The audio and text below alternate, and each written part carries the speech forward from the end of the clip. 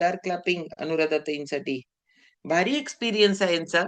काय छोट्या-छोट्या गोष्टींमध्ये आनंद कसा भेटतो, हे ह्यांच्याकडनं ऐकल्यानंतर कळतंय. एक व्यक्ती की अमर मखदूम सर आहेत. बहिणीबरोबर बहिणीची राखी बांधून घ्यायला खाली बसलो. खाली बसल्यानंतर मला एक ते विचारतायत, "खाली बसल्यावर काय आनंद आहे त्याच्यात?" पण ज्याला बसता येत नाही, तो ज्यावेळेला खाली बसतो ना, त्यावेळेला लई आनंद असतो. ओके. तसं आहे अनुराधाताईंचं. जोरदार क्लॅपिंग करणार होतं पण अनुराधाताईंसाठी. कंटिन्यू. नम- नमस्कार सगळ्यांना. मी अनुराधा पाटील. मी प्राथमिक शिक्षिका आहे. इचलकरंजीहून आहे मी.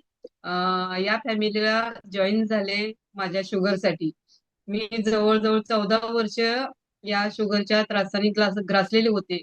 अक्षरशः त्रास म्हणजे एवढा व्हायचा की शेवटी शेवटी असा विचार केला की झोपेच्या गोळ्या खाऊन मरायचं, बास झालं आता, नको झाले. कारण मला माझी इन्शुलिन जवळजवळ 3 वर्ष डॉक्टरांनी चालू केली आणि डॉक्टर इन्शुलिन चालू करतात म्हणून मी डॉक्टर बदलत होते. पण शेवटी एका डॉक्टरने सांगितलं तुम्हाला इन्शुलिन शिवाय पर्याय नाही. मग आता एकाचे दोन, दोनाचे तीन, तीनाचे चार इन्शुलिन होणार, हे मला मी पक्क ठरवलं होतं आणि यातून मी काही वाचणार नाही. अं, सगळे प्रकार करून झाले होते. ॲलोपॅथिक, होमिओपॅथिक, आयुर्वेदिक सगळे प्रकार करून झाले होते. या शतायुषी फॅमिलीची अपॉर्च्युनिटी मला एका वर्षापूर्वी आली होती. पण मी दुर्लक्ष केलं होतं. कारण सगळे प्रकार करून झाले असून सुद्धा त्यातनं काही बदल होत नाही, तर यातनं काही बदल होणार. म्हणून मी या फॅमिलीला जॉईन होत नव्हते. पण शेवटी इचलकरंजीचा इव्हेंट अटेंड केला. मिलिंद सरांचा रिझल्ट, बाकी इतर सगळ्यांचा रिझल्ट बघितला.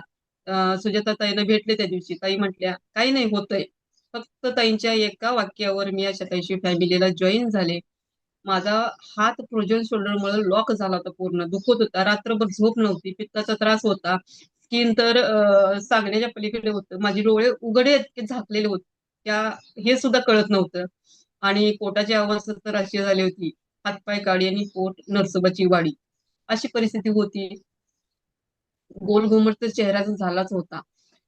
आणि या फॅमिलीला जॉईन झाल्यानंतर चौथ्या दिवशी माझा हात पूर्ण दुखायचा बंद झाला. त्यानंतर झोप चांगली लागायला लागली.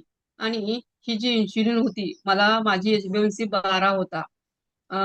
आणि झोप चांगली लागाली, हाताचं दुखणं बंद झालं. पहिल्या 3 महिन्यामध्ये डॉक्टरांनी माझी 24 युनिटची इन्शुलिन जी होती ती बंद केली. हळूहळू फॉलोअप घेत होते ते आणि कमी कमी करत पहिल्या 3 महिन्यामध्ये माझी इन्शुलिन डॉक्टरांनी बंद केली. हाताची हालचाल तर एवढी छान व्हायला लागली. अं, जेव्हा मी मंदिरात गेले आणि मंदिरात गेल्यानंतर मी घंटा कधी वाजवायला येत नव्हते, हात वर करत नव्हते. घंटा त्या दिवशी वाजवायला आल्यानंतर पहिला फोन मी शशिकला पाटील मॅडमला केला. "मॅडम, मला घंटा वाजवता आली हा." एवढा अगदी लहान मुलांना जसा आनंद होतो तसा आनंद मला त्या दिवशी झाला होता.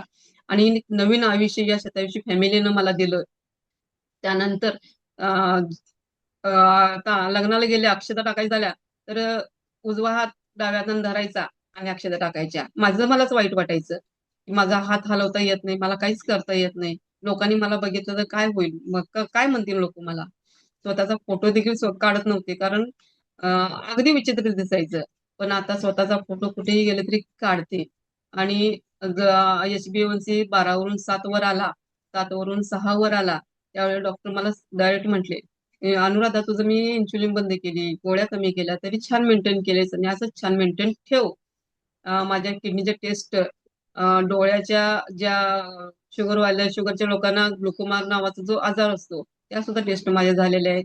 कुठेही काहीही प्रॉब्लेम नाही आणि फुल एनर्जेटिक असते. दिवसभर कंटाळा आलेला असायचा पूर्वी, पण आता अजिबात कंटाळा येत नाही.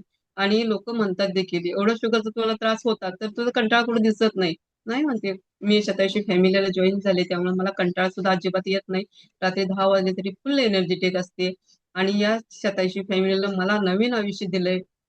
आणि या 87 फॅमिलीचं किती आभार मानेन तेवढं मला कमी आहे.